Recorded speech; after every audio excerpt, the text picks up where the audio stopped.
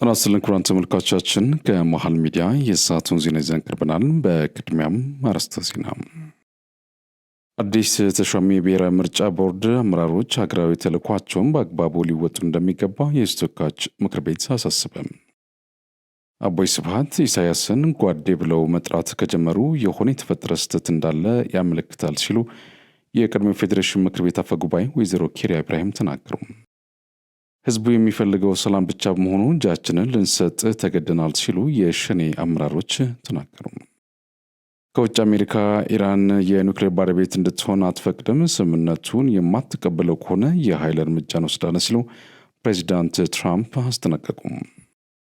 ክቡራን ተመልካቾቻችን ከመሃል ሚዲያ እነዚህን ያሉትን ዜናዎች ይዘን ቀርበናል። ካፍታ በኋላ እንመለሳለን። ዩቲዩብ ቻናሉን ሰብስክራይብ እንዲሁም ይዘቱን ላይክና ሼር በማድረግ የመሃል ሚዲያ ቤተሰብ እንድትሆኑ በአክብሮት እንጋብዛለን። አብራችሁ ነው።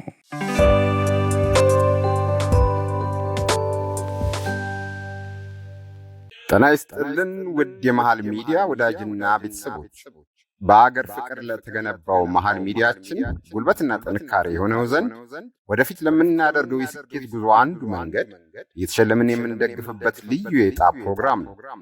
በዚህ ዕጣ ለየት ያለ ምርጥና ዘመናዊ ላፕቶፕ ተዘጋጅቷል። ዋው! ዕጣውን በፍቅር በመግዛት አንድም መሃልን ይደግፉ፣ አንድም የቤተሰቡ ማስታወሻ ባለድል ይሁኑ። በአንድ ድንጋይ ሁለት ወፍ። ለእርሶ ለወዳጅ ዘመዶ ምርጥ ቤተሰባዊ ስጦታ። እንግዲያውስ ይፍጠኑ፣ እንዳያመልጦ። ለአጭር ጊዜ ብቻ የሚቆይ ለሀገራችን ሰላም፣ እድገት፣ ብልጽግና የድርሻውን እየተወጣ ላለ ሚዲያችን ምልክቱን ያኑሩ። እንዲሁም ታሪካዊ ዕድለኛ ሆነው ይሸለሙ። ዕጣውን $20 ወይም በ2,000 ብር ብቻ ይግዙ። መልካም ዕድል! ሁሌም ለምታደርጉት ሁለንተናዊ ድጋፍና ትብብር ከልብ እናመሰግናለን። ሰላም፣ እድገት፣ ብልጽግና ለሀገራችን። እምዬ ኢትዮጵያ ለዘላለም ትኑር።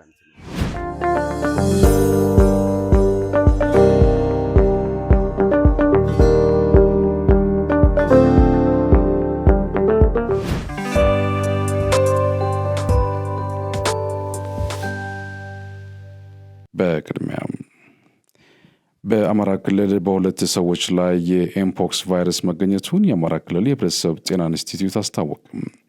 የኢንስቲትዩቱ ዋና ዳይሬክተር አቶ በላይ በዛብህ ዛሬ በሰጡት ጋዜጣዊ መግለጫ በኤምፖክስ በሽታ የተያዙ ሁለት ሰዎች መገኘታቸውን ገልጿል። በባህር ዳርና በመተማ ከተሞች በተገኙት ሁለቱ ሰዎች በተወሰዱ ናሙና በኤምፖክስ መያዛቸው መረጋገጡን የጠቀሱት ዳይሬክተሩ ተገቢውን ሕክምና የተሰጣቸው መሆኑን አክሎ ገልጿል። የኤምፖክስ ቫይረስ በቫይረስ የሚተላለፍ በሽታ ነው። መተላለፊያ መንገዶቹም የቅርብ ንክኪ፣ በቫይረሱ ከተያዘ ሰው ጋር የሚኖሩ የእጅ መነካካት፣ በቫይረሱ የተያዘ ሰው የሚጠቀምባቸውን ቁሳቁሶችን መጠቀምና የፊት ለፊት የትንፋሽ ግንኙነት ናቸው። የኤምፖክስ በሽታ ምልክቶችም ከፍተኛ ትኩሳት፣ ራስ ምታት፣ የጀርባ ህመም፣ የሰውነት እጢ እብጠቶች፣ ለመተንፈስ መቸገር፣ በሰውነት ክፍል ጎልተው የሚታዩ ሽፍታዎች ሲሆን ምልክቶችም ህመምተኛው በቫይረሱ ከተያዘ ከ5 እስከ 21 ቀናቶች ውስጥ የሚታዩ ናቸው። መከላከያ መንገዶችም በበሽታው ከተያዘ ሰው ጋር ግንኙነቶችን መገደብ፣ እጅን በሳሙና መታጠብ፣ በበሽታ የተያዘ ሰው የሚጠቀምባቸውን ቁሳቁሶች በጋራ አለመጠቀም። አቶ በላይ በዛብህ ለህብረተሰቡ ባስተላለፉት መልእክት የኤምፖክስ በሽታ ተገቢው ሕክምና ከደረገ በቶሎ የሚድን በሽታ ሲሆን የግል ንጽህናን በመጠበቅና ተገቢውን ጥንቃቄ ማድረግ በሽታውን መከላከል ይቻላል ሲሉም ተናግረዋል። የሃይማኖት ተቋማት በዘላቂ ሰላም ግንባታ ሂደት ያላቸውን ጉልህ ሚና አጠናክሮ ሊቀጥሉ እንደሚገባ የሰላም ሚኒስትር ዴኤታ ዶክተር ኬሬዲን ተዘራ አስታወቁ። በባህር ዳር ከተማ ለ2 ቀናት ሲካሄድ የቆየው 3ኛው ዙር የኢትዮጵያ ሃይማኖት ተቋማት ሀገር አቀፍ የሰላም ጉባኤ ተጠናቋል። የሰላም ሚኒስትር ዴኤታ ዶክተር ኬሬዲን ተዘራ በወቅቱ እንደገለጹት በሀገሪቱ ዘላቂ ሰላም እንዲሰፍን የሃይማኖት አባቶች ለተከታዮቻቸው ሰላምን አብዝተው ሊሰብኩ ይገባል ብለዋል። የሃይማኖት ተቋማት በዘላቂ ሰላም ግንባታ ሂደት ሚናቸው የጎላ መሆኑን ጠቁመው ተቋማቱ በዘርፉ እየተወጡ ያሉ ሚና አጠናክሮ ሊቀጥሉ እንደሚገባም አስገንዝበዋል። የኢትዮጵያ ሃይማኖት ተቋማት ጉባኤም ሰላምን ለማስፈንና አጽንቶ ለማዝለቅ የጀመረውን የሰላም ጉባኤ በቀጣይ ማጠናክሮ መቀጠል እንዳለበት አመላክቷል።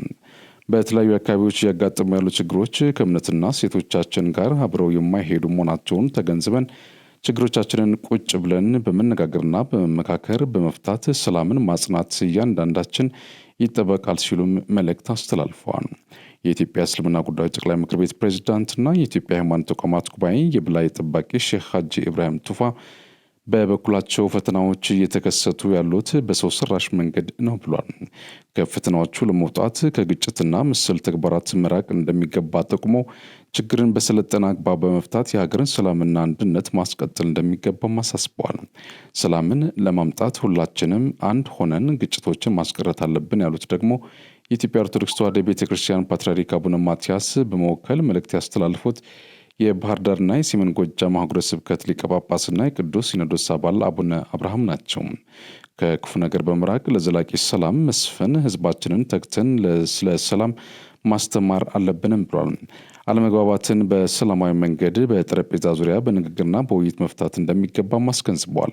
የኢትዮጵያ ወንጌል አማኞች አብያተ ክርስቲያናት ካውንስል ጠቅላይ ጸሐፊ ቄስ ደረጀ ጀንበሩ በበኩላቸው አሁን እየታየ ያለው ሰላም እንዳይጠፋ ከስሜታዊነት በራቀ መንገድ ግጭቶችንና አለመግባባቶችን በመፍታት ዘላቂ ሰላም ማስፈን ይገባል ብሏል። በውይይትና በንግግር ችግሮችን በመፍታት ለዘላቂ ሰላም መስፈን ልንተጋ ይገባል ያሉት ደግሞ የኢትዮጵያ ካቶሊካዊት ቤተ ክርስቲያን የባህር ዳርና የደሴ ሀገረ ስብከት ሊቀ ጳጳስ አቡነ ልሳነ ክርስቶስ ናቸው። የሰላም ጉባኤው እንዲሳካና በሰላም እንዲጠናቀቅ አስተዋጽኦ ላደረጉ አካላት የምስጋና የምስክር ወረቀት ተሰጥቷል። አዲስ ተሿሚ የብሔራዊ ምርጫ ቦርድ አመራሮች ሀገራዊ ተልዕኳቸውን በአግባቡ ሊወጡ እንደሚገባ የሕዝብ ተወካዮች ምክር ቤት አሳሰበም። ምክር ቤቱ ዛሬ ባካሄደው 4ኛ ዓመት የስራ ዘመን 36ኛ መደበኛ ስብሰባ የብሔራዊ ምርጫ ቦርድን ምክትል ሰብሳቢና የስራ አመራር ቦርድ አባላትን ሹመት በሁለት ድምፅ ተአቅቦ በአብላጫ ድምፅ አጽድቋል። በዚህም አቶ ተስፋዬ ንዋይን የኢትዮጵያ ብሔራዊ ምርጫ ቦርድ ምክትል ሰብሳቢ እንዲሁም አቶ ተክሊት ይመስል እና ወይዘሮ ነሲም አሊን የስራ አመራር ቦርድ አባላት አድርጎ ሹሟል። የመንግስት ዋና ተጠሪ ሚኒስትር ዶክተር ተስፋዬ በልጅጌ የቀረቡ እጩዎችን በተመለከተም ለምክር ቤቱ ማብራሪያ ሰጥቷል። ተጠሪ ሚኒስትሩ በማብራሪያቸው ተሿሚዎች በህገ መንግስቱ መሰረት የሚደረጉ ምርጫዎችን፣ ህዝበ ውሳኔዎችን በፍትሐዊነትና ገለልተኝነት ማስፈጸም የሚችሉ መሆናቸውን ገልጿል። ተሿሚዎች የትምህርት ዝግጅታቸውና ከዚህ በፊት በፍትህ ዘርፍ የሰሩባቸው የስራ ልምዶችና የነበራቸው አፈጻጸም ኃላፊነታቸው በብቃት እንደሚወጡ ማሳያዎች ናቸው ብለዋል። ቀደም ብሎ ስራውን በጥራትና በብቃት ማከናወን የሚችሉ መልማይ ኮሚቴዎች ተለይተው ከህዝብ ከሲቪክ ማህበራትና ከፖለቲካ ፓርቲዎች ጥቆማ ተቀብለው ለጠቅላይ ሚኒስትሩ መቅረባቸው ተናግሯል። ከተፎካካሪ ፖለቲካ ፓርቲዎች አመራርና አባላት ጋር ምክክር መደረጉን ገልጸው ተሿሚዎች ብሔራዊ ምርጫ ቦርድ ታማኒነቱን አስጠብቆ እንዲቀጥል የሚያስችሉና የማንኛውም የፖለቲካ ድርጅት አባል ያልሆኑ መሆናቸውንም አመላክተዋል። ተጠሪ ሚኒስትሩ አክለውም የቦርዱ ምክትል ሰብሳቢ ሆነው የተሾሙት አቶ ተስፋዬ ንዋይ የፌዴራል የመጀመሪያ ደረጃ ፍርድ ቤት ምክትል ፕሬዚዳንትና የፌዴራል ፍርድ ቤቶች ቃል አቀባይ ሆነው ስራቸውን በብቃት ማከናወናቸውን አውስተዋል። የስራ አመራር ቦርድ አባል ሆነው የተሾሙት አቶ ተክሌቲ መስል የፌዴራል ከፍተኛ ፍርድ ቤት ምክትል ፕሬዚዳንት እንዲሁም ወይዘሮ ነሲም አሊ የሀረሪ ክልል ከፍተኛ ፍርድ ቤት ዳኛ በመሆን ውጤታማ ስራ ማከናወናቸውን ገልጿል። የሕዝብ ተወካዮች ምክር ቤት አባላት በበኩላቸው ተሿሚዎች ከዚህ በፊት ያላቸው ልምድ ገለልተኛ ሆነው መስራት እንደሚችሉ እንደሚያሳይ ተናግሯል። የማንኛውም ፖለቲካ ድርጅት አባል አለመሆናቸውን፣ በሙያቸው ምስጉን መሆናቸውን፣ ሀገርና ትውልድን የሚያሻግር ስራ እንደሚሰሩ እምነት እንዲኖረን አድርጓል ነው ያሉት። ተሿሚዎች በምክር ቤቱ የተሰጣቸውን ሀገራዊ ኃላፊነት በብቃት መወጣት እንዳለባቸውም ገልጿል። የሕዝብ ተወካዮች ምክር ቤት ምክትል አፈ ጉባኤ ሎሚ ቦዶ የኢትዮጵያ ብሔራዊ ምርጫ ቦርድ የስራ አመራር ቦርድ አባላት ሹመት በውሳኔ ቁጥር 10/2017 በአብላጫ ድምፅ መጽደቁን አስታውቋል። ምክር ቤቱ በስብሰባው የውጭ ሀገር የስራ ስምሪት ረቂቅ አዋጅን፣ ለሰው ሀብት ልማት ስራ ስምሪትና ቴክኖሎጂ ጉዳዮች ቋሚ ኮሚቴ እንዲሁም የእጽዋት ጥበቃና ኳራንታይን ረቂቅ አዋጅን ለግብርና ጉዳዮች ቋሚ ኮሚቴ ለዝርዝር እይታ መርተዋል። በዚህ በያዝነው ሳምንት እጃቸውን መከላከያ ደቡብ እዝ በሰላም የሰጡት የኦነግ ሸኔ አዛዥ ጃል ቦና ባሪና የቡድኑ ጠቅላላ ስምሪት ኃላፊ ጃል አብሎሻይ ቦንሳ የትጥቅ ትግሉ ትክክል እንዳልሆነ ተናገሩ። ህዝቡ አሁን ላይ የሚፈልገው ሰላም ብቻ በመሆኑ የህዝቡን ፍላጎት ለማሳካት ስንል እጃችንን ሰጥተናልን ብለዋል። ህዝቡ በራሱ ነጻ ወጥቷል። እኛ በረሃ መውጣትና እኔ ነጻ አወጣሃለሁ ብሎ ማለት ትርጉም የሌለው በመሆኑ እጃችንን እንድንሰጥ ተገድናል ሲሉም ተደምጠዋል። ሀሳባቸውን ተከታትለን እንመለስ። ተያይዘን ነው እኛ ወንድነን እጅ አንሰጥም በመሃል የኛ እሊ ደግሞ ትርፉ ኪሳራ ነው እንጂ ትርፍ የለውም። ይሄ ደግሞ ውሎ መድሮ በሆን ገብቶናል። ስለዚህ ይሄ ህዝብ አሁን ከመጣው በኋላ ነው ያየሁት የሰላም ፍላጎቱ 100% ነው። አንተ ነፃ አልወጣህም እኔ ነፃ አወጣለሁ ብዬ በሚሄድ ጊዜ ነፃ ባልወጣም እኔ የምፈልገው ሰላም ነው እንጂ ሰላም ማጣት አይደለም እና እንመካከር እያለኝ ነው ህዝቡ። ይሄ ነው ያየሁት። ስለዚህ የህዝብ ፍላጎት የሚበልጥ ነገር የለም ማለት ነው። አቦይ ስብሃት ኢሳያስን ጓዴ ብለው መጥራት ከጀመሩ የሆነ የተፈጠረ ስህተት እንዳለ ያመላክታል ሲሉ የቀድሞ የፌዴሬሽን ምክር ቤት አፈ ጉባኤ ወይዘሮ ኬሪያ ኢብራሂም ተናገሩ። ወይዘሮ ኬሪያ ከኤንቢሲ ቴሌቪዥን ጋር በነበራቸው ቆይታ የትግራይ ህዝብ ድረሱለት ሲሉም ተማጽነዋል። አሁን ላይ ያለው የህወሓት አስተሳሰብ 50 ዓመታትን ወደ ኋላ የሚወስድ ጎታች አስተሳሰብ በመሆኑ በቃ ሊባል ይገባል ሲሉም ተናግሯል። ህወሓት ብቻውን ቀርቶ ሁሉ ህዝብን ባንዳ ማለት አላቁም ሲሉም ተደምጠዋል። ሀሳባቸውን ተከታትለን እንመለስ። ህወሓት እኛ ከሌለንባት ትፍረስ ተባለ፣ ፈረሰች። ትግራይም እኛ ከሌለንባት ትከፋፈል ተባለ፣ እየተከፋፈለ ነው በየዞኑ በየአካባቢው። ቦይ ስብሃት እኮ ኢሳያስ ብጻይ ሲል ብጻይ ማለት ጓዴ ማለት ነው። እሱ ራስ እኮ ትርጉም አለው። እኔ ብጻይ ሲል በቃ ደነገጥኩኝ። ያ የምላስ ወለምታ አይደለም፣ ይሄ ምላስ ወለምታ ምልክት ነው እያሳየ ያለው ማለት ነው። ከዛ ጊዜ ጀምሮ እየተጀማመረ ሄደ። አሁን ደግሞ ከፍ አለ ማለት ነው። ሻዕቢያና አሁን እየጀማመሩት ያሉ ነገር እሱን ከተቃወምክ አሁን ደግሞ ባንዳ ነህ። ጠቅላላ ህዝቡ ባንዳ በባንዳ ሆነ። አሁን እየሄድበት ያለው የትግራይ ህዝብ የሚያጠፋ ነው። የመንግስትን ንብረት ጠቅላላ ወድሞ ወደ ኋላ 40 እና 50 አመት ህዝብህን እንዲመለስ አድርገ እንደገና ተመልሰው ወደ ጦርነት። ከጦርነት ምን ይገኛል? ለሰላም ብዬ ነው የመጣሁት። በቃ የትግራይ ህዝብ ይበቃዋል። ስለዚህ በዛ በኩልም አለሁ የሚለው የለም። ስለዚህ ፌደራል መንግስት አለሁልህ በለው ለትግራይ ህዝብ ለማለት ነው። እንግዲህ የኢትዮጵያ የባህር በር የማግኘት ጥያቄ ፍትሐዊ የጋራ ተጠቃሚነትን የሚያረጋግጥና የዜጎቿን የመጪው ዘመን ፍላጎት መሰረት ያደረገ ነው ሲሉ ምሁራን ገለጹ። ኢትዮጵያ በምስራቅ አፍሪካ ካሉ ሀገራት በርካታ የህዝብ ቁጥርና በፍጥነት እያደገ የሚገኝ የኢኮኖሚ ባለቤት ብትሆንም የባህር በር ባለቤት አለመሆኗ እድገቷ ከዚህ በላይ እንዳይሆን ተገዳድሮታል ብለዋል።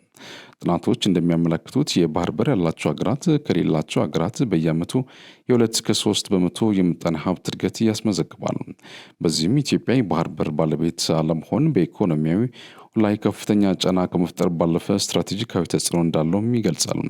በውጭ ጉዳይ ኢንስቲትዩት መሪ ተመራማሪ ዶክተር አማረ ቀናው ለኢዜአ እንደገለጹት የባህር በር ጥያቄ ጉዳይ ከኢኮኖሚ ተጠቃሚነት በላይ ነው ብሏል። ለአንድ ሀገር ሁለንተናዊ ሉዓላዊነትን፣ ደህንነት መረጋገጥ የባህር በር ወሳኝና አስፈላጊ ጉዳይ መሆኑም ይጠቅሳሉ። ኢትዮጵያ የባህር በር የማግኘት ጥያቄ ፍትሐዊ የጋራ ተጠቃሚነትን የሚያረጋግጥና የዜጎቿን የመጪው ዘመን ፍላጎት መሰረት ያደረገ ነው ብሏል። ኢትዮጵያ ሰላማዊ መርህን ተከትላ ያቀረበችው የባህር በር ጥያቄ ከቅርብ ጊዜ ወዲህ በተለያየ ዓለም አቀፍ ተቋምና በፖሊሲ አውጪዎች አጽንኦት እየተሰጠ መምጣቱንም ነው ያነሱት። ኢትዮጵያ ለቀይ ባህር ካላት ቅርብ አኳያ በዚህ አካባቢ የሚደረጉ እንቅስቃሴዎች በትኩረት ትከታተላለች ብሏል። የውጭ ጉዳይ ኢንስቲትዩትን በጉዳዩ ላይ በቂ ግንዛቤ በመፍጠር የመፍትሄ አማራጮችን በመመላከት በኩል ሲሰራ እንደቆየም አነስቷል። የኢትዮጵያ ፍትሐዊነትና የህልውና ጉዳይ የሆነው የባህር በር ጥያቄ በቅርቡ ምላሽ የሚያገኝበት እድሎች መኖራቸውም ያብራራሉ። በመሆኑ የጎረቤት ሀገራትን ጥቅም ባስከበረና የጋራ ጠቃሚነትን ባረጋገጠ መልኩ የባህር በር ጥያቄው ምላሽ እንዲያገኝ ሰላማዊ የሆነ ግፊት ማድረጉን ትቀጥላለችም ብሏል። የአዲስ አበባ ዩኒቨርሲቲ አካዳሚክ ጉዳዮች ምክትል ፕሬዚዳንት ዶክተር ጀይሉ ኡመር ኢትዮጵያ ሰጥቶ በመቀበል መርህ የባህር በር የማግኘት ጥያቄ ማቅረቧ ተገቢና ዋጭ መሆኑን ተናግሯል።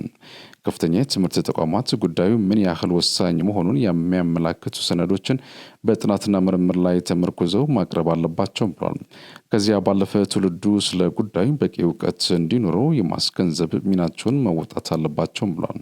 ኢትዮጵያ ከተለያዩ ሀገራት ጋር የምታደርገውን የመሰረተ ልማት ትስስር የወደብ አማራጮችን ማስፋት ጉልህ ሚና እንዳለውም ነው ዶክተር አማረን የገለጹት። የሲዳማ ክልል ምክር ቤት ዛሬ ባካሄደው 6ኛ ዙር 4ኛ የስራ ዘመን ሁለተኛ አስቸኳይ ጉባኤ የክልሉ ሰላምና ጸጥታ ቢሮ ኃላፊ አቶ አለማየሁ ጢሞቴዎስን ያለ መከሰስ መብት ማንሳቱን ምንጮች ተናገሩ። የፌዴራል ብልጽግና ፓርቲ ማዕከላዊ ኮሚቴ አባልና የሲዳማ ክልል ሰላምና ጸጥታ ቢሮ ኃላፊ የነበሩት አቶ አለማየሁ ጢሞቴዎስ የሲዳማ ክልል ከተመሰረተበት ጊዜ ጀምሮ ባለፉት 5 ዓመታት የክልሉ ሰላምና ጸጥታ ቢሮ ኃላፊ ሆነው ሲሰሩ የቆዩ ናቸው። ስልጣንን ያላግባብ በመጠቀም ወንጀል፣ በከባድ ሙስና ወንጀል፣ በኮንትሮባንድ ንግድ፣ በአደንዛዥ እጾች ዝውውር፣ በህገወጥ የመሳሪያ ዝውውር በክልሉ መንግስት ላይ መፈንቅለ መንግስት ለማድረግ መሞከር፣ ላልተገባቸው ሰዎች የጦር መሳሪያ ማስታጠቅ፣ ግለሰቦች ያለ አግባብ በግፍ አስሮ ማሰቃየትና ለማስለቀቅ ከፍተኛ እጅ መንሻ መቀበል፣ በህገወጥ መንገድ ለግል ጥቅም በርካታ ገንዘብ መሰብሰብና በሌሎችም መሰል ወንጀሎች ተጠርጥረው በቁጥጥር ስር መዋላቸውን የክልሉ ፍትህ ቢሮ ኃላፊ አቶ ማቶ ማሩ ለምክር ቤቱ በዝርዝር አቅርበው ምክር ቤቱ በሙሉ ድምፅ ያለመከሰስ መብታቸውን አነስቷል። በተለያዩ የክልል ማህበራዊ ሚዲያ አንቂዎችና የፖለቲካ ተንታኞች የፌስቡክ ገጽ በአቶ አለማየሁ ጢሞቴዎስ ያለመከሰስ መብት መነሳትና መታሰር ዙሪያ አሉታዊም አዎንታዊም ሀሳቦች የተንጸባረቁ ሲሆን የመረጃ እስከተዘጋጀበት ሰዓት ድረስ በክልሉ መንግስት በኩል በጉዳዩ ዙሪያ ዝርዝር መግለጫ አልተሰጠም ሲሉ ምንጮች አብራርተዋል። የመከላከያ ሰራዊት የሀገርን ሉዓላዊነት በማስጠበቅ አለኝታነቱን አስመስክሯል ሲሉ የመከላከያ ሰራዊት የህዝብ ግንኙነት ዳይሬክተር ኮሎኔል ጌትነት አዳነ ገለጹ።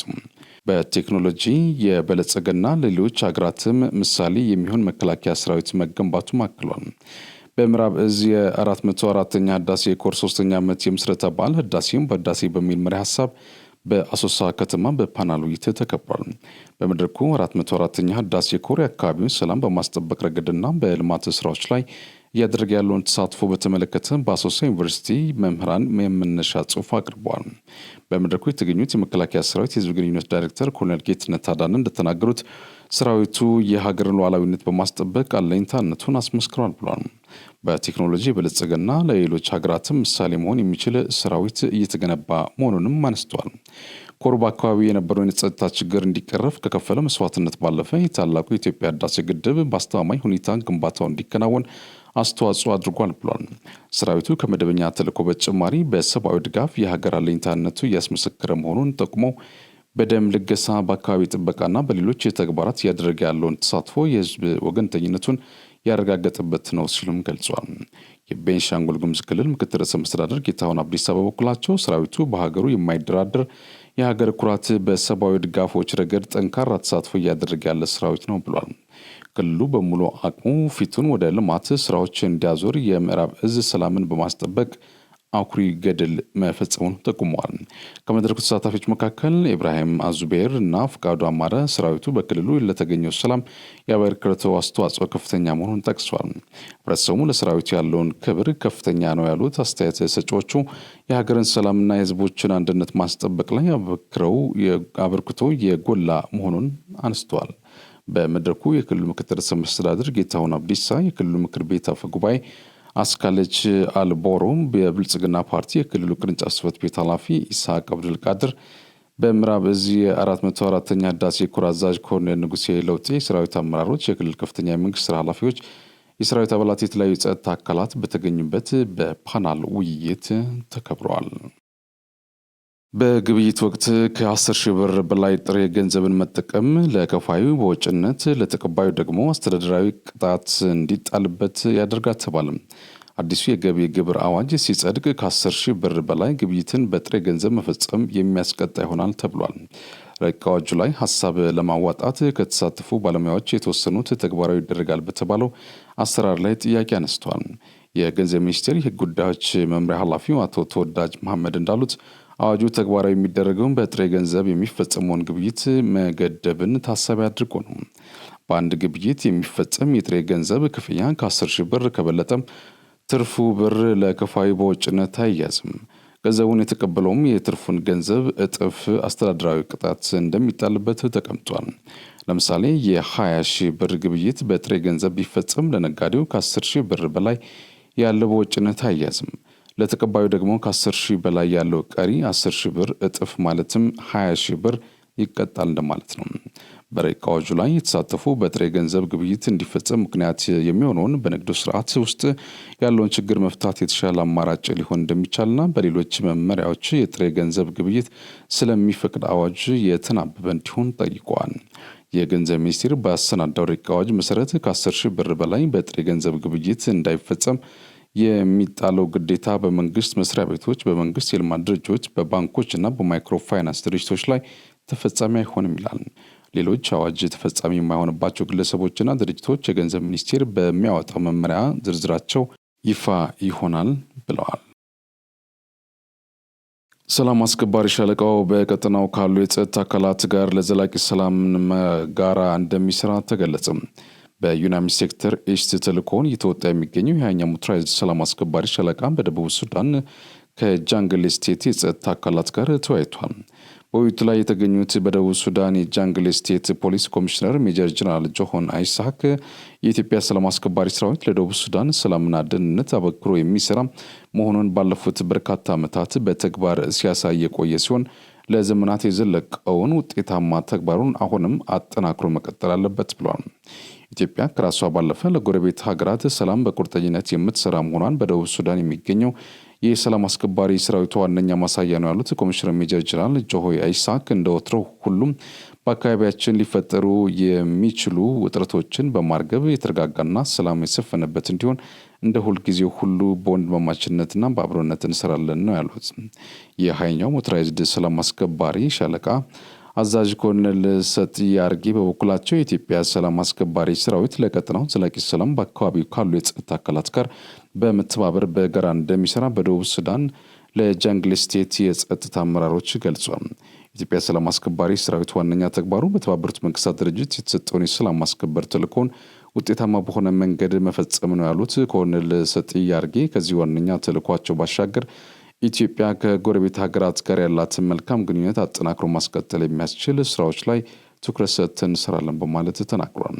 ሰላምን መፍጠርና የተፈጠረን ሰላም አስጠብቆ ማቆየት የሁሉም ኃላፊነት መሆኑን በመገንዘብ ለሰላም መደፍረስ ስጋት ሊሆን የሚችሉ ክስተቶችን ቀድሞ ለመግታት ያስችል ዘንድ ከአካባቢው ጸጥታ አካላት ጋር የሚኖረን መልካም ግንኙነት መቀጠል አለበት ያሉት ደግሞ የሃያኛው ሞተራይዝድ ሰላም አስከባሪ ሻለቃ ምክትል አዛዥ ሌተናል ኮሎኔል መኮንን ንጉሴ ናቸው።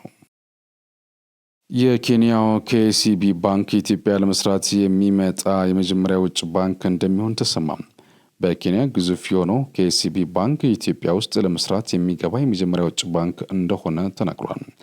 ሪፖርተር ከኢትዮጵያ ብሔራዊ ባንክ ምንጮች ያገኘው መረጃ እንደሚያሳየው KCB ባንክ ወደ ኢትዮጵያ ገብቶ ለመስራት ማሟላት ያለበት ጉዳዮች ላይ ውይይት እየተደረገ ነው። በቅርቡ ስራውን ለመጀመር የሚያስችለውን እንቅስቃሴ ማድረግ እንደሚጀምር ምንጮች ገልጸዋል። KCB ባንክ የኢትዮጵያ የፋይናንስ ዘርፍ ውስጥ ይገባል ተብለው ከሚጠበቁ የውጭ ባንኮች የመጀመሪያው እንደሚሆን መረጃው ያሳያል። ብሔራዊ ባንክ ከKCB ባንክ ከፍተኛ የማኔጅመንት አባላት ከዋና ስራ አስፈጻሚው እንዲሁም ከቦርድ አባላት ጋር ውይይት ማካሄዱን በማህበራዊ ትስስር ገጹ አጋርቷል። በዚህ መሰረት ባንኩ ኢትዮጵያ ለመግባት ዝግጁ ነው ተብሏል።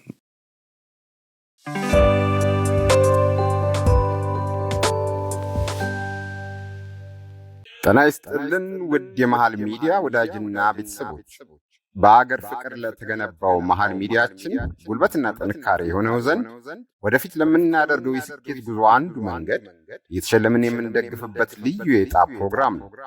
በዚህ ዕጣ ለየት ያለ ምርጥና ዘመናዊ ላፕቶፕ ተዘጋጅቷል።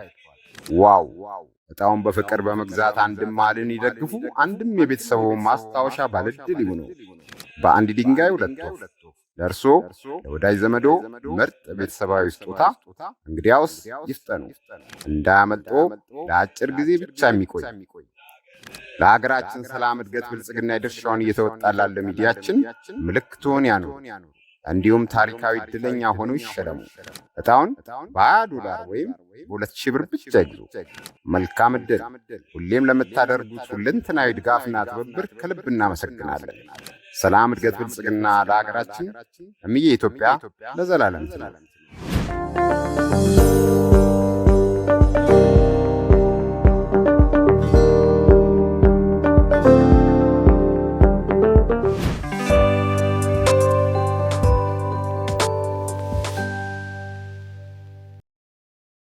ይህ ዜና በቀጥታ የሚተላለፍላችሁ ከመሃል ሚዲያ ነው። ወደ ዜና አልፋለሁ። አሜሪካ ኢራን የኒውክሌር ባለቤት እንድትሆን አትፈቅድም፣ ስምምነቱን የማትቀበል ከሆነ የኃይል እርምጃ እንወስዳለን ሲሉ ፕሬዚዳንት ትራምፕ አስጠነቀቁ። ትራምፕ አሜሪካ ከመካከለኛው ምስራቅ ልትወጣ እንደምትችል ጠቁመዋል። ውሳኔው የመጣው በዋሽንግተን በቴህራን መካከል በኒውክሌር ፕሮግራም ላይ የተደረጉ ውይይቶች ውጤት ማምጣት ባለመቻላቸው ነው ተብሏል። ወታደሮቻችን አካባቢውን ለቀው መውጣት አለባቸው ያሉት ትራምፕ ምክንያቱም አደገኛ ቦታ ይሆናል ብለዋል። ፕሬዚዳንቱ ባደረጉት ንግግር አሜሪካ ኢራን የኒውክሌር ባለቤት እንድትሆን አትፈቅድም፣ ስምምነቱን የማትቀበለው ከሆነ የኃይል እርምጃ እንወስዳለን ሲሉም ተደምጠዋል። በተያያዘ መረጃ አሜሪካ በኢራቅ የሚገኘው ኤምባሲዋ የሚገኙ ሰራተኞችን በግማሽ መቀነሷ ተሰምቷል።